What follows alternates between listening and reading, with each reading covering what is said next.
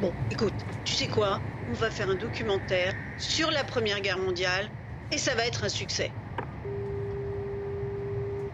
C'est par ces mots que ma productrice m'a en toute amitié signifié le sujet de mon prochain projet de film.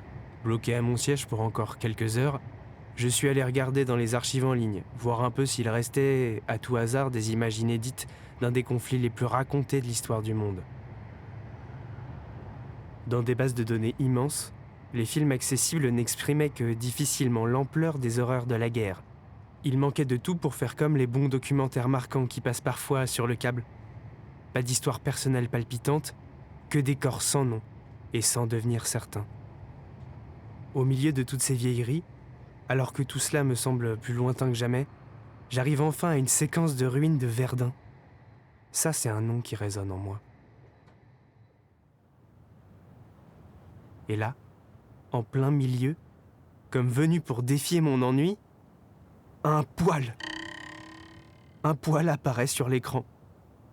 Plus possible de voir autre chose. Ce poil, c'est comme un rire nerveux, un enterrement. C'est du comique qui rattrape le tragique de la destruction.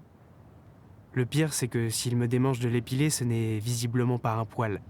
C'est plutôt une fibre de tissu qui s'est glissée là, au moment du montage. Il y a de cela une centaine d'années donc. Il a rien à faire dans mon film, ce poil. Ou alors, d'un coup de Photoshop, plus de poil. Mais je suis qui, moi, pour me permettre de corriger un défaut qui a peut-être 100 ans? Vieux comme ça devient une trace pour l'histoire. Après, est-ce que ça a de l'importance? Les gros documentaires de télévision, ils n'ont pas tous ces états d'âme. Note à moi-même. Ne pas se poser de questions et dramatiser mon écriture.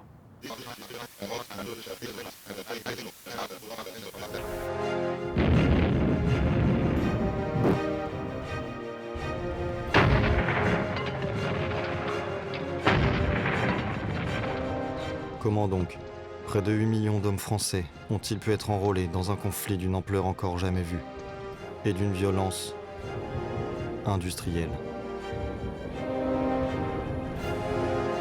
Les conditions au front, ce sont les soldats qui en parlent le mieux, avec une plume, tantôt résignés, souvent indignés par le sort auquel les généraux et la guerre les ont condamnés. Au 9 mai 1915, un soldat anonyme écrit à sa compagne: Je suis toujours en bonne santé. Tu me parles de champenoise? Il y en a des jolies, mais elles ne sont pas sur la ligne de front. Où nous sommes, tous les villages sont brûlés, et il ne reste que des vieux tableaux, de femmes de 40 et 50 ans. Tout ce qui a été à peu près est parti.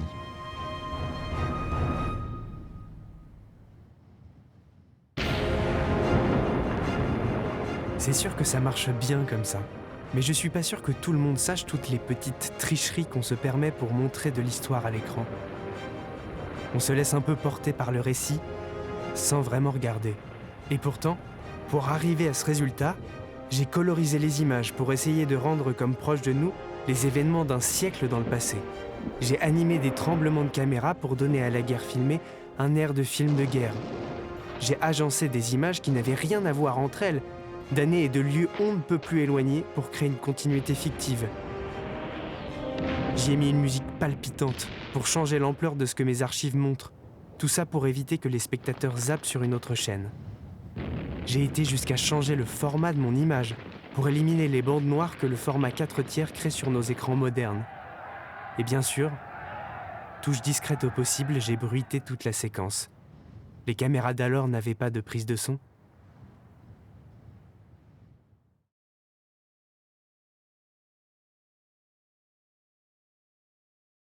Là, on débouche sur un tout autre spectacle.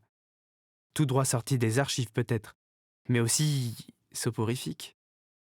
Et quand c'est soporifique, les gens et moi avec ne regardent pas. Et après ma productrice décroche son téléphone, et si je peux l'éviter, ça m'arrange. En fait, ça montre surtout qu'un plan perdu au milieu d'un silence, on sait plus trop ce que ça raconte. Car aussi neutre que les images puissent paraître, lorsqu'on a tout dépouillé du montage, on est encore rendu vulnérable à une tromperie.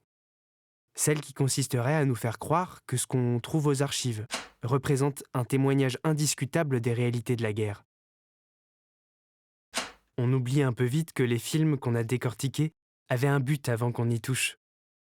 Où sont donc passés les intertitres qui posent des mots plus directs sur la rhétorique des images?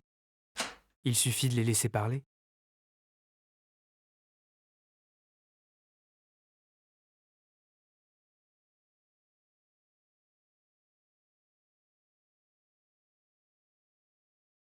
Car si l'on ne les laisse pas parler, seules les séquences de bataille, plus visuelles, finissent par surnager dans nos mémoires.